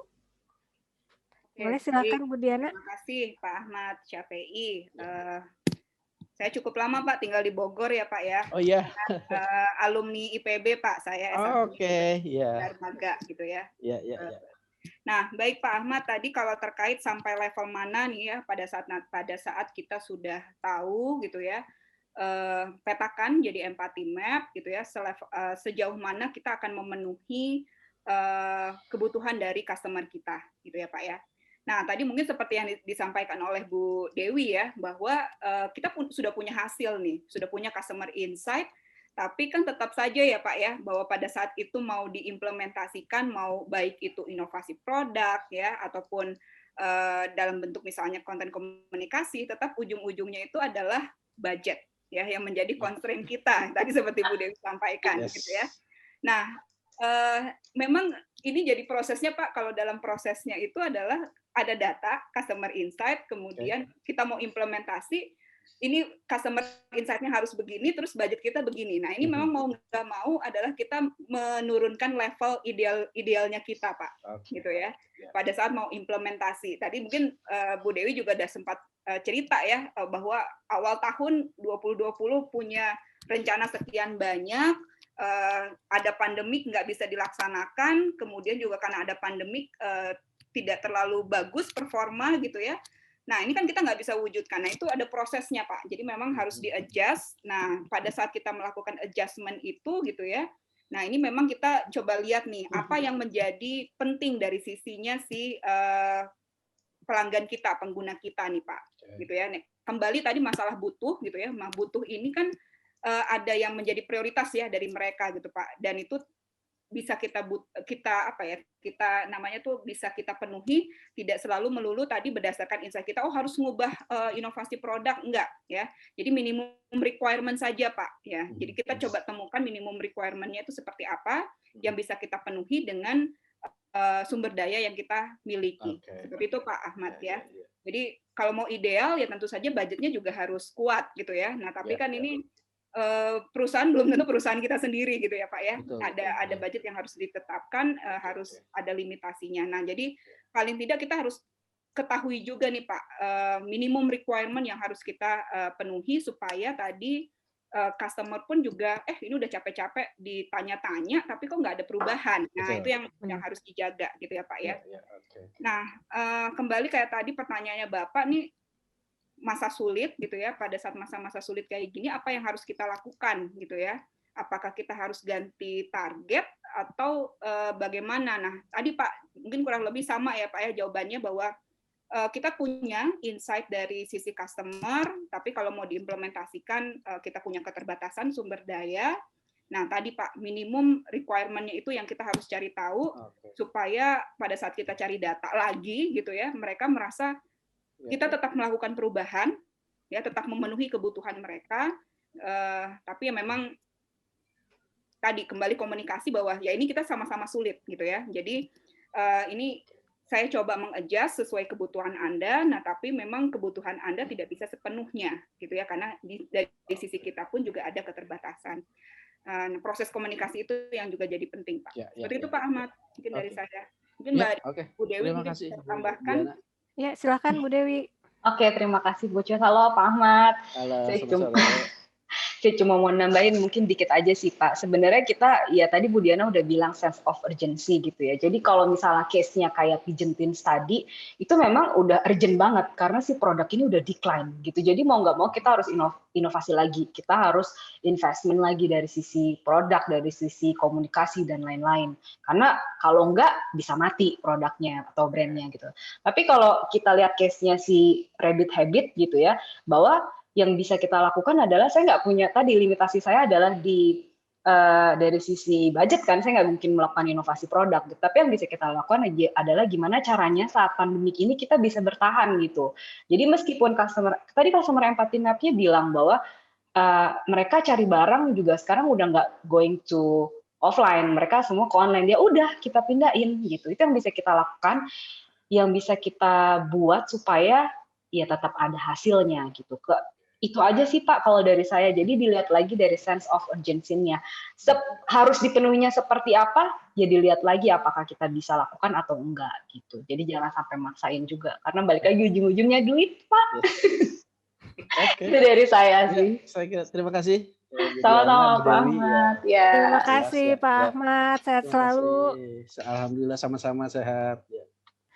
Baik, makasih Bu Diana dan Bu Dewi tadi atas jawaban dan tanggapannya ya. Jadi kalau memang terbatas, selanjutnya adalah sense of urgency-nya, prioritasnya kita mau yang mana ya, yang paling kira-kira signifikan nih berpengaruh ya, atau enggak memang bisa mendatangkan income yang menarik gitu ya untuk perusahaan.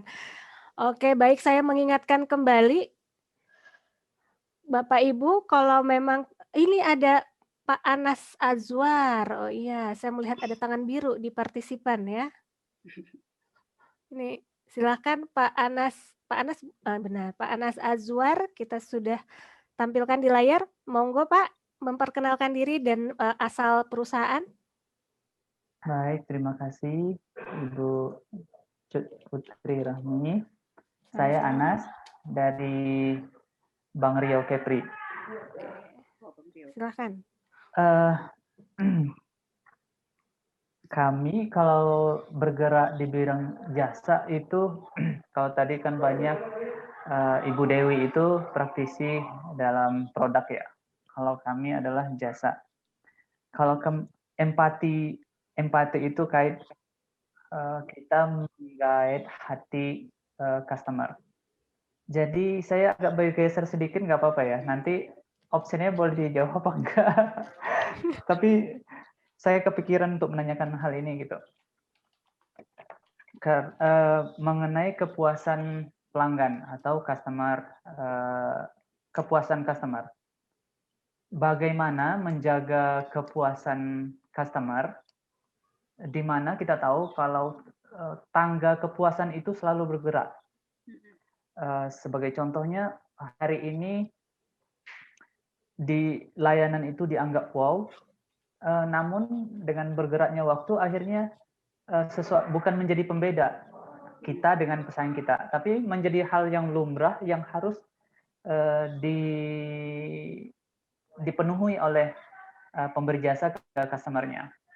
Hari ini bank berlomba-lomba untuk menyediakan banyak layanan mesin ATM untuk bisa menjangkau lebih banyak customer-nya atau nasabahnya. Di lain waktu, bahkan sekarang orang tidak mau lagi datang ke ATM karena semua transaksi bisa dilakukan bahkan di dalam kamar tidurnya gitu. Jadi pertanyaan saya tadi yang di depan itu, bagaimana cara menjaga kepuasan yang nantinya menimbulkan loyalitas pelanggan kepada perusahaan. Terima kasih Ibu Dewi sama Ibu Diana. Baik, terima kasih Pak Anas untuk tanggapannya. Dari Ibu Dewi bergantian. Ya. Dewi terlebih dahulu, silahkan. Thank you Bu Cut. Pak Anas, thank you pertanyaannya gitu ya. Bagaimana cara menjaga gitu ya, menimbulkan kepuasan atau menjaga itu. Ya sebetulnya gini sih Pak, ya kita sebagai industri mau itu produk, mau itu jasa, sebenarnya kita harus tetap bisa beradaptasi terus dengan kondisi. Jadi kalau Bapak bilang tadi, itu tadinya adalah suatu hal yang pembeda dan di kemudian hari bukan menjadi suatu hal yang berbeda gitu, ya memang itulah kehidupan gitu, itulah industri gitu. Jadi kita nggak bisa avoid gitu. Yang harus dilakukan ya pasti tetap inovasi. Pilihannya change or die gitu. Jadi kalau kita nggak berubah, ya kita yang mati gitu. Nah, gimana kalau untuk menimbulkan kepuasan? Ya terus gali terus apa yang dibutuhkan sama customer. Pelayanan apa yang bisa kita lakukan, yang kita berikan yang terbaik. Tapi sebenarnya sih Pak ya, setahu saya kalau industri banking itu mereka sebenarnya bukan jualan jas, gimana ya? Istilahnya kayak mereka tuh jualan jasa gitu, servis yang dijual. Jadi ya pelayanan yang nomor satu tetap. Kadang-kadang ada hal-hal tertentu yang nggak bisa digantikan oleh mesin gitu. Misalnya kalau mau komplain, kalau misalnya kita komplain nggak mungkin ke mesin kan. Nah itu yang bisa Bapak perhatikan terus tuh ada human touch-nya. Jadi ada beberapa hal yang memang bisa dilakukan oleh mesin berdasarkan inovasi, ada juga yang memang harus tetap dilakukan dengan human touch. Nah itu yang bisa terus kita benerin, kita perbaikin dan lain-lain. Tapi intinya kuncinya satu sih Pak buat saya, inovasi berubah atau mati gitu. Itu dari aku sih. Silakan Bu Diana kalau mau nambahin. Baik, silakan Bu Diana. Terima kasih Bu Dewi. Ya, saya mungkin menambahkan ya, memang betul nih Pak Anas ya, tadi kalau mau menyebutkan pada saat kita bicara kepuasan pelanggan, itu istilah terkenalnya itu adalah chasing the rabbit Pak ya. Jadi kita kasih bukan rabbit habit ya. habit gitu ya, tapi memang istilahnya ini selalu saya ke klien gitu ya, selalu bilang gitu bahwa memang pada saat bicara tentang indeks kepuasan gitu ya, ini kita tuh seperti mengejar kelinci gitu ya. Udah ketangkep, nanti lari lagi gitu ya, nanti kita harus cepat lagi, lebih cepat lagi.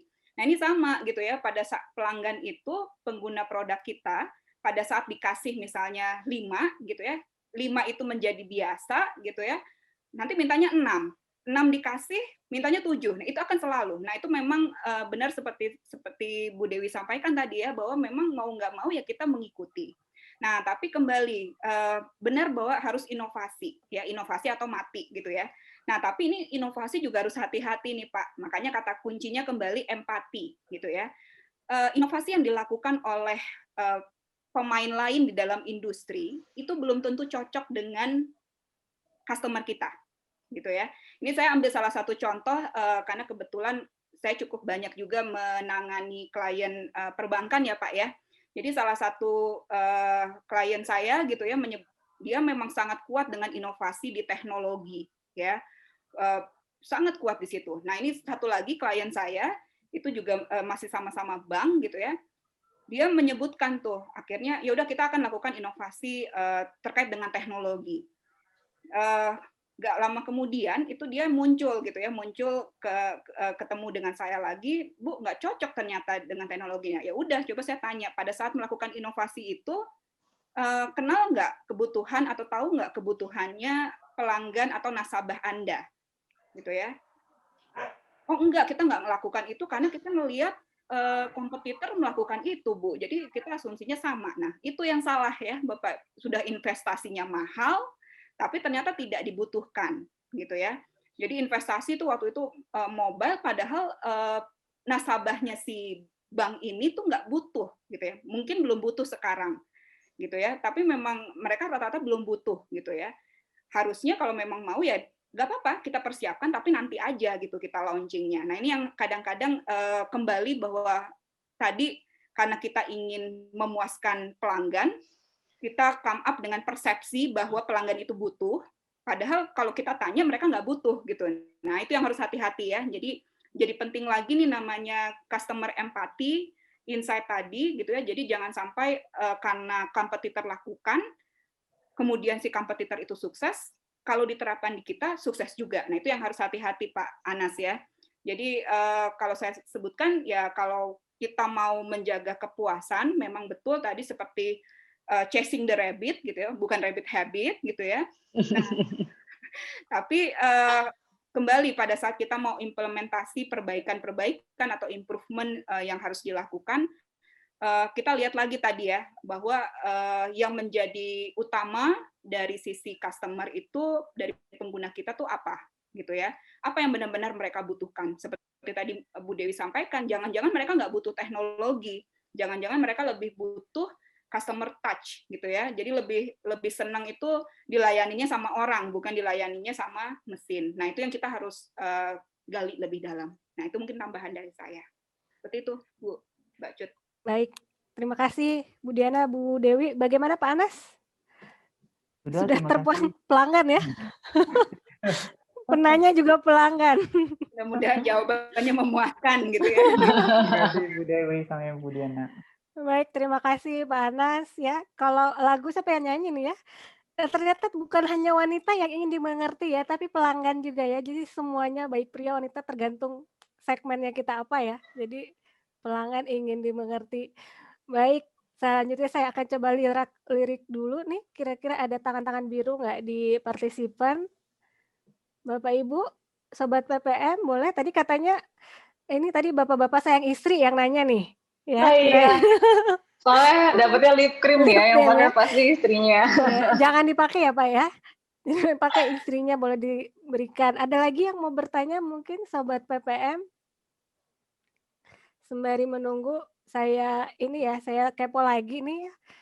Moderator kepo ya. Nah, kalau cerita tadi bikin empathy map, bikin customer journey, dan segala 4 hal itu ya, tentu sesuai dengan budget yang ada. Nah, kira-kira ada masa berlaku nggak ya? Ataupun kita harus melakukan berapa kali ya dalam sekian kurun waktu begitu?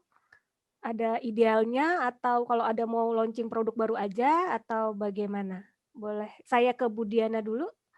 Oke, kalau ditanya expire date ya, ini semakin kesini ya, Mbak Cut, ini expire date untuk sebuah informasi terutama terkait dengan perilaku itu semakin cepat gitu ya, semakin cepat nih, karena pengaruhnya banyak nih ya, yang mempengaruhi banyak, sehingga kalau dari saya sih sebaiknya adalah setiap kita ingin melakukan suatu tindakan gitu ya, entah itu mau launching produk atau mau bikin strategi baru atau mau bikin konten, ya insight itu tetap diperlukan gitu. Kalau dari saya ya, hanya memang tadi in term of budget gitu ya. Nah, ini pintar-pintarnya kita nih pada saat kita mencari data, kalau kita punya tadi sumber daya yang terbatas ya, berarti ada dalam proses pencarian datanya ini yang memang tidak bisa ideal. Itu aja sih kalau dari saya. Oke, jadi harus ada ininya juga ya, apa namanya, batasan juga ya. Budgetnya kan mungkin jadi perhatian, atau kalau memang namanya berubah sih dinamis terus ya, kebutuhan orang ya. Baik, makasih Bu Diana. Nah, kalau menurut Bu Dewi, boleh Bu Dewi menanggapi? Kalau di praktisi ya, mungkin ini keluh kesah bukan cuma saya, mungkin praktisi brand juga gitu. Nggak jarang yang sudah kita targetkan gitu ya. Contoh kita udah plan launching, udah bolak-balik barang, terus tiba-tiba itu nggak jadi launching, itu biasa. Gitu. Jadi karena memang industri itu ya itu tadi sangat dinamis kan. Contoh, kita plan mau launching dalam waktu dekat kemarin adalah lip cream, sementara sekarang orang pakai masker. Ya, nggak mungkin nambah shade dong lip creamnya.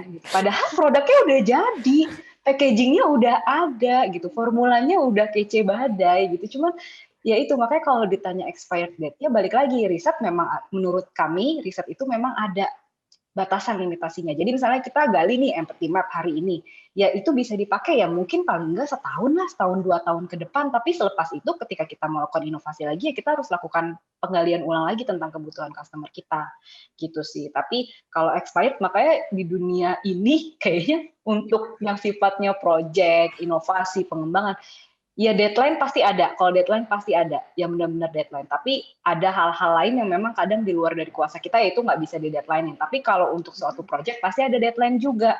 Contoh, kalau untuk pengembangan produk gitu ya, kalau kita dulu biasanya minimal banget itu 2 tahun. 2 tahun tuh untuk ngecek semuanya. Karena kan kalau ngeluarin produk kosmetik ada standar dari Badan POM, dari MUI juga untuk misalnya dapat sertifikasi halal. Nah itu emang timeline-nya bisa kelihatan gitu. Tapi ya balik lagi sih, kita lihat kondisinya seperti apa. Gitu sih dari aku, Bu Cut. Baik, makasih Bu Dewi. Jadi memang sangat fleksibel banget saya. Ya, siap gagal, siap berhasil ya. Baik, terima kasih. Nah, ini ada tangan biru lagi dari Ibu Nurul Fajrina. Boleh, oke, sudah on cam dan unmute. Nah, boleh memperkenalkan diri, Bu. Baik. Assalamualaikum warahmatullahi wabarakatuh. Waalaikumsalam warahmatullahi Saya perkenalkan, saya Nurul. Saya bekerja di lembaga sertifikasi halal sebetulnya di APBOM MUI. Jadi saya mau bertanya kepada dua pembicara, sebetulnya kalau apakah strategi yang sudah kita buat tuh perlu dilakukan satu pengukuran keberhasilan. Sebetulnya sih kalau sebetulnya perlu ya kalau pengukuran keberhasilan itu. Nah, bagaimana cara kita melakukan pengukuran tersebut seperti itu? Itu saja sih yang mau saya tanyakan. Terima kasih. Baik, terima kasih Bu Nurul. Silahkan ditanggapi. Tadi sudah Bu Diana ya, sekarang Bu Dewi deh. Kita balik lagi. Baik, thank you Bu Cut, thank you Bu Nurul atas pertanyaannya gitu. Jadi strategi yang kita, Mbak Cut bisa dibantu strategi yang kita perlukan untuk pengukuran, perlu nggak kita melakukan strategi pengukuran gitu ya terhadap strateginya? Ya itu pasti perlu gitu. Caranya apa gitu? Ini kalau ditanya sama semua praktisi pasti jawabannya paling gampang pengukuran itu satu sih, strategi yang kita buat. Ujung-ujungnya sales, ujung-ujungnya profit and loss, lebih ke situ. Jadi biar gimana pun kita praktisi marketing bilang bahwa brand itu adalah aset, intangible asset yang nggak ternilai. Tapi biar gimana pun brand itu harus tetap tangible. Tangible dari apa ya? Dari sisi sales harus kelihatan. Kalau kita breakdown lagi, bukan cuma angka sales atau quantity produk, tapi kita lihat lagi dari marginnya juga gitu kan. Apakah memang dia COGS-nya kita terhadap margin dan lain-lain itu sebenarnya dilihat. Tapi kalau misalnya ditanya pasti perlu dan caranya apa? Kalau kita di sisi praktisi itu tadi paling penting itu. Tapi masih banyak juga yang bisa kita lihat strategi yang kita lakukan berhasil apa enggak. Contoh kayak tadi aku kasih lihat waktu kita launching web series gitu kan. Berapa sih subscriber yang nambah? Berapa sih engagement-nya? Nah itu kan nggak bisa di-convert juga ke sales kan sebenarnya katanya, karena itu adalah nilai-nilai yang memang sifatnya intangible. Tapi kita tetap bisa lihat itu, kita tetap bisa ukur itu gitu. Jadi ditanya ya macam-macam, tergantung apa yang mau kita ukur, strategi apa yang mau kita lihat gitu kan. Cuma pasti kalau di company ya paling gampang lihatnya dari sisi laporan keuangan sih ya, profit and loss tadi gitu. Kalau dari aku sih itu, mungkin Bu Diana mau nambahin, silakan. Terima kasih Bu Dewi, silakan Bu Diana. Sama Mbak Cut. Ya, nah ini perlu diklarifikasi lagi nih Bu Nurul ya. Ini kan strategi macam-macam gitu ya. Tadi mungkin Bu Dewi sudah sampaikan beberapa contohnya gitu ya. Jadi yang kita perlu tahu dulu nih pada saat kita membuat strategi, di awal itu sudahkah ada sasaran yang ingin kita tuju dengan strategi tersebut gitu ya. Jadi misalnya kalau kayak tadi Bu Dewi sampaikan nih bahwa pada saat mau launching, kita mau launching produk, ini sudah punya target nih bahwa produk ini akan menghasilkan, harus bisa menghasilkan cuan sekian rupiah gitu ya, bisa apa-apa. Atau kalau pada saat kita mau, mungkin dalam hal ini karena Bu Nurul ada di organisasi yang mungkin bukan profit ya yang dilihat ya, tetapi misalnya adalah punya campaign ya atau punya program gitu ya. Nah ini kita harus lihat dulu pada saat kita menyusun di awal, program ini ada sasarannya enggak? Ya, misalnya sasarannya adalah misalnya kita punya program komunikasi ya. Komunikasi tentang sertifikat halal gitu ya, bahwa seluruh UKM itu paham pentingnya perlunya sertifikasi halal nih di produknya. Nah, kita harus tetapkan dulu nih di awal sasarannya apa. Sasarannya paham. Nah, kalau paham berarti nanti harus ada pengetesan nih ya. Misalnya nanti programnya adalah membuat paham para UKM terkait dengan sertifikasi halal gitu ya, dilakukan workshop ya. Nah, dari setelah workshop itu nanti coba kita lihat misalnya targetnya ditetapkan supaya UKM ini paham terkait dengan sertifikasi halal dalam 1 tahun kita akan punya misalnya 20 workshop untuk sosialisasi sertifikasi halal ini gitu ya. Terus yang kedua, kita sudah tetapkan bahwa nantinya bahwa sekian persen dari peserta workshop itu akan paham terkait dengan sertifikasi halal ini. Nah, jadi indikator-indikator itu, Bu Nurul, itu memang sudah harus ditetapkan di awal strategi, tapi tergantung lagi nih strategi kita itu sasarannya apa, gitu. Nah, itu yang nanti bisa diturunkan. Jadi sasaran itu kan bisa sifatnya kualitatif, tapi nanti namanya indikator ini harus terukur, gitu ya. Jadi memang sifatnya mungkin kelihatannya sasarannya itu kualitatif, nah tapi ini kita tetap harus kuantifikasi supaya bisa tadi mengukur apakah strategi yang kita jalankan ini sukses atau tidak. Mungkin itu tambahan dari saya ya. Jadi dari sisi kalau untuk program-program atau kegiatan yang sifatnya non-profit gitu ya, tadi indikator tetap harus ditetapkan di awal mengikuti sasaran yang sudah ditetapkan. Itu wujud. Baik, terima kasih Bu Diana, Bu Dewi, Bu Nurul, semoga cukup menjawab ya pertanyaan yang disampaikan. Ini sepertinya off-cam kembali. Oke, baik. Terima kasih Bu Nurul sudah konfirmasi di chat Zoom. Terima kasih Bu Diana, Bu Dewi, sangat jelas yang disampaikan tadi. Terima kasih kembali. Baik. Nah, akhirnya kita sudah menunjuk. Saya cek kembali nih waktunya apakah bisa untuk belum ada yang resen lagi ya. Kita juga sudah selesai nih pada sesi tanya jawab dengan 3 penanya, mungkin plus saya ya. Plus saya tadi ya. Jadi Bu Cut juga dapat ya 1 nanti. Makasih. Ya. Baik, terima kasih partisipasinya Bapak Ibu Sobat PPM tadi selama tanya jawab ya. Tanya jawabnya cukup menarik juga, lalu semoga juga bisa menjadi bahan masukan ya untuk teman-teman yang mungkin tidak ada kesempatan bertanya saat ini. Nah, ini udah ditayangkan, tapi jangan sedih, nggak sempat nanya tadi ya, keterbatasan waktu. Nah, ini kami memberikan media bagi Bapak Ibu yang ingin bertanya dengan 2 pembicara kita, Ibu Dewi dan Bu Diana, langsung dijawab oleh beliau-beliau ini ya. Silahkan kirimkan pertanyaannya ke email pojokpintarmanajemen@gmail.com. Nah, biar nggak nyasar, jangan lupa subjeknya ya, nama Bapak Ibu, lalu underscore tagar 1 2021 ya. Jadi spesifik kita mau bertanya kepada narasumber yang mana. Nah, ini ditunggu sampai dengan 22 Januari 2021 ya. Jadi silahkan manfaatkan. Setelah 22 ya mohon maaf ya. Kita sudah ada pojok pintar yang lainnya. Harga naik ya, wujud ya. Enggak, harga enggak naik sih. Baik, lalu jadi saya akan memberikan PR nih ya nanti ya kepada Bu Dewi dan Bu Diana, dikasih tugas untuk memberikan jawaban dari kedua narasumber kami. Baik, sudah dicatat ya, nanti kalau nggak dicatat, udah ada juga nih host bantu untuk sampaikan di chat Zoom biar nggak ketinggalan ya. Nah, selanjutnya saya akan mencoba menyimpulkan dari para kedua pembicara ya, dan selama berjalannya diskusi ya, ini saya pernah baca nih Bu Dewi, Bu Diana ya, katanya empati itu terkait dengan see the world through your user or customer's eyes ya. Jadi kita tuh tadi Bu Diana juga mencantumkan ya, ada 5 tips tuh. Mulai dari see their world ya, understand and feel ya. Waduh, jadi benar-benar kita memahami apa yang dirasakan oleh si customer kita ya, bahkan sampai tahap 5-nya itu menjadikan empati kepada pelanggan sebagai second nature ya Bu ya. Nah, dan ini juga ujung-ujungnya adalah innovation and communication, diamini juga oleh Bu Dewi ya, bagaimana agar kita tidak gagal ya terkait inovasinya seperti apa, komunikasinya juga harus tepat begitu ya. Ini diawali dengan memahami apa yang benar-benar dibutuhkan nih oleh para pelanggan kita.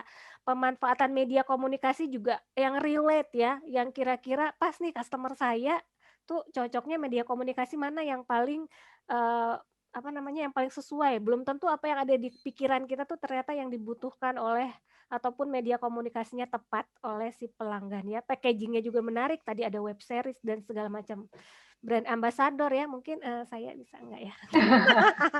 Ya, baik.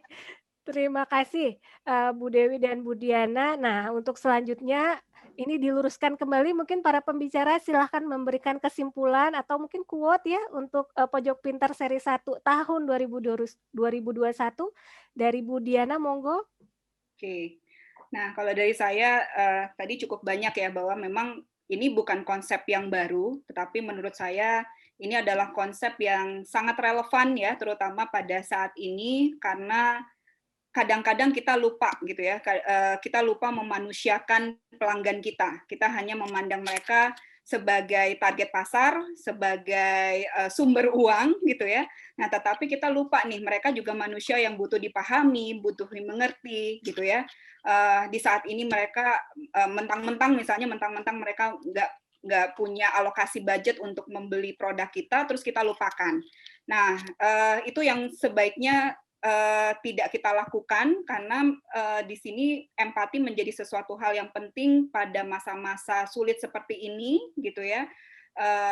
Bagaimana kita tetap relate. Nah, relate tadi adalah menjaga kita tetap diingat ya, tetap diingat. Nah, makanya jangan lupa tadi berkomunikasi dengan pelanggan kita, dengan pengguna kita. Bentuk komunikasinya apa saja gitu ya. Yang pastinya adalah terutama yang diharapkan adalah inspiring ya, sesuatu yang bisa membuat si pengguna kita ini terinspirasi, merasa punya harapan ya di masa depan.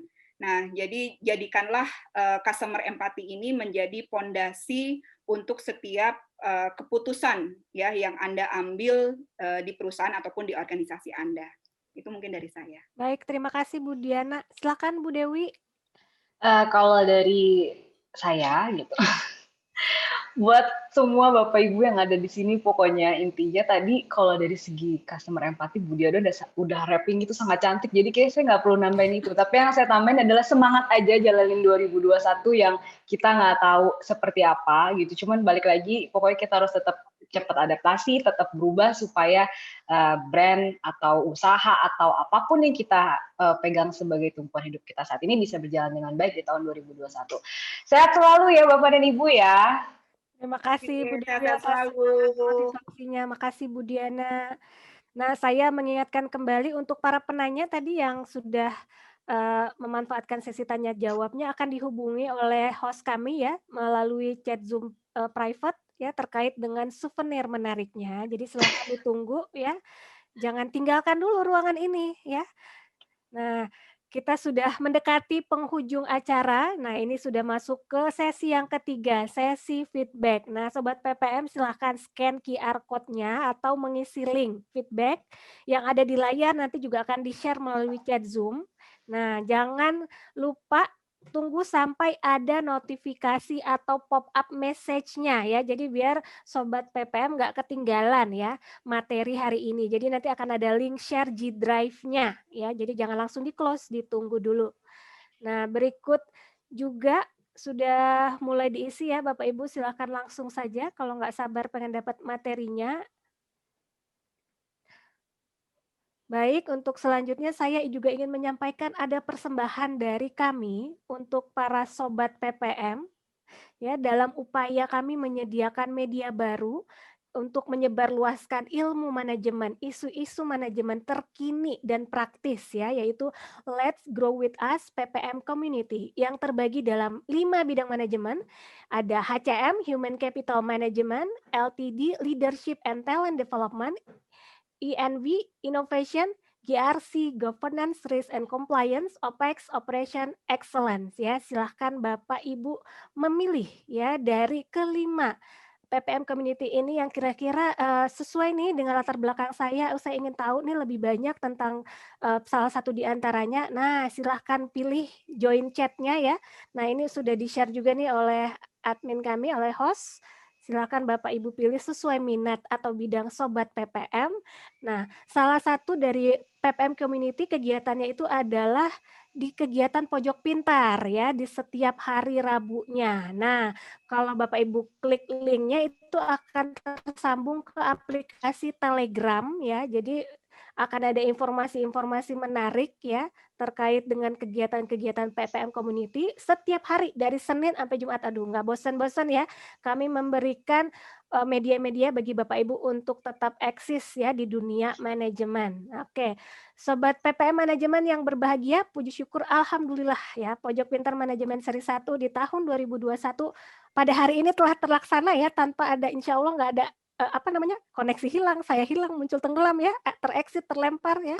Semoga ini pertanda ya, sampai dengan nanti kita akan, sukses dan lancar selalu pulih kembali ya. Nah, saya juga mewakili peserta mengucapkan terima kasih nih kepada Bu Dewi. Makasih Bu atas souvenirnya ya. Souvenir ya.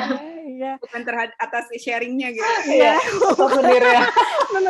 Iya, terima kasih sharingnya juga Bu Diana. Terima kasih berbagi cerita update konsep-konsep yang terkini ya di 2020 tadi saya lihat juga ya banyak informasi baru walaupun memang toolsnya yang dulu-dulu juga ya tapi bagaimana caranya memanfaatkan. Nah selanjutnya sehat selalu untuk Ibu Dewi dan keluarga, untuk Ibu Diana dan keluarga di rumah ya. Terima kasih sudah menyempatkan waktunya. Terima kasih kepada peserta yang sudah menyimak dengan antusias.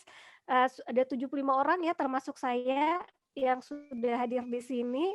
Saya mohon maaf jika ada yang kurang berkenan. Selama tadi saya memandu acara, boleh kita beri reaction tepuk tangan ada di dalam menu reaction ya untuk kita semua. Semoga sehat selalu dan pantang berhenti berkarya walau di rumah aja. Saya mewakili pembicara dan tim Pojok Pintar Manajemen pamit. Sampai bertemu lagi di seri Pojok Pintar Manajemen dan kegiatan PPM Community lainnya. Oke, selamat sore. Wassalamualaikum warahmatullahi wabarakatuh.